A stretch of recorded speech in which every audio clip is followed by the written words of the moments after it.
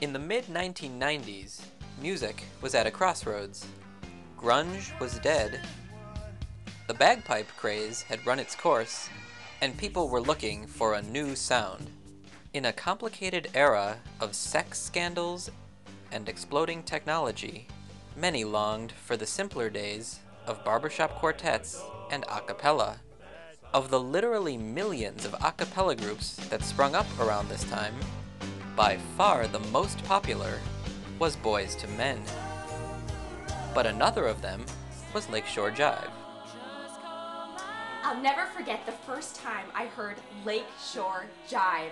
It was like, oh my God, like the heavens opened up and the angels were singing. It's the best music I've ever heard, ever, by far. Aren't you in the group?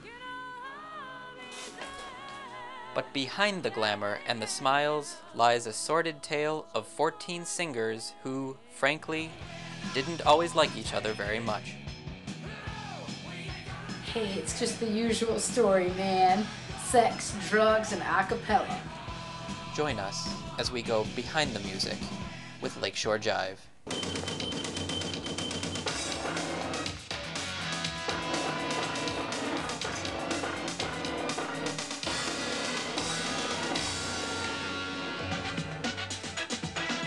Lake Shore Jive was born in a small apartment on Chicago's East Side.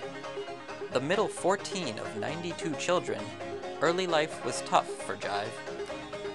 Yeah, it was rough sometimes. When there are 92 of you, there isn't a lot of privacy, you know? Things tend to get a little cramped. But you learn, you share, and you make do with what you have. By the time we were 4, Lake Shore Jive had officially formed, and we were playing at coffee houses and bars and bar mitzvahs. But success was slow in coming for Jive. Most of the time, they sang for empty houses. And then Judy, she's kind of the brains of the operation, got this idea that maybe the problem was our name. I mean, seriously, Lake Shore Jive? Pfft, what kind of name is that? I was looking at our publicity poster one day, and it struck me that our name is just too long for some people to remember. So I asked myself, how can we shorten it? And I played with it, and I played with it, until finally it hit me. So why not take all of me? Hi, we're Live Whore! After their second arrest for solicitation, the group decided to go back to its original name. And that's when things really started happening for us. Suddenly we were playing for packed bars, 50, 53 people at a time. And they started buying drinks for us rather than, throwing them at us. It was really a very special time. I was there when they sang at Woodstock. It was like, oh my God, like the heavens opened up and the angels were singing. It's the best music I've ever heard, ever. My life changed that night. But it was too much, too fast. These 14 simple brothers and sisters from Chicago weren't emotionally prepared for the kind of success they had, and it started to go to their heads. I don't even know who I was, man. I was out of control. The drinking, the women, a different one every night. Hamilton let the success get to him. It all became me, me, me, and he wouldn't stay within the group concept.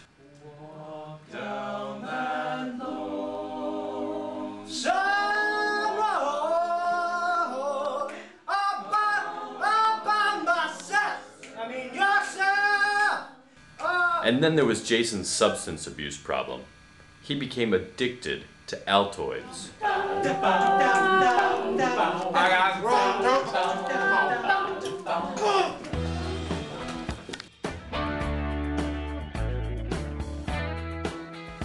I do not have an addiction problem. And Ron started to become self-destructive. One day, he rode his cycle without wearing a helmet.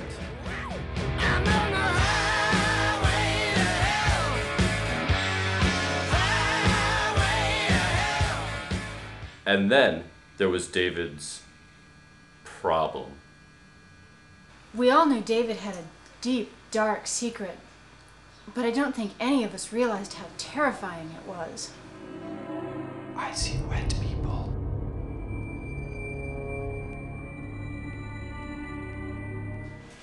Things really came to a head one night when Carrie came home after a gig and she found Kendi making out with Sam, Carrie's cat.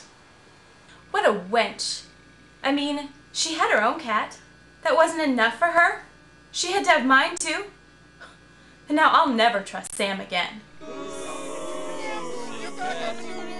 The Kendi Sam incident looked like the end for Lake Shore Jive. Carrie announced that she'd had enough and retreated to her parents' apartment on the east side of Chicago. Sam took off to France. Judy went to Disney World. The other members of Jive were left with nothing to do. So Scott tried to launch a solo career.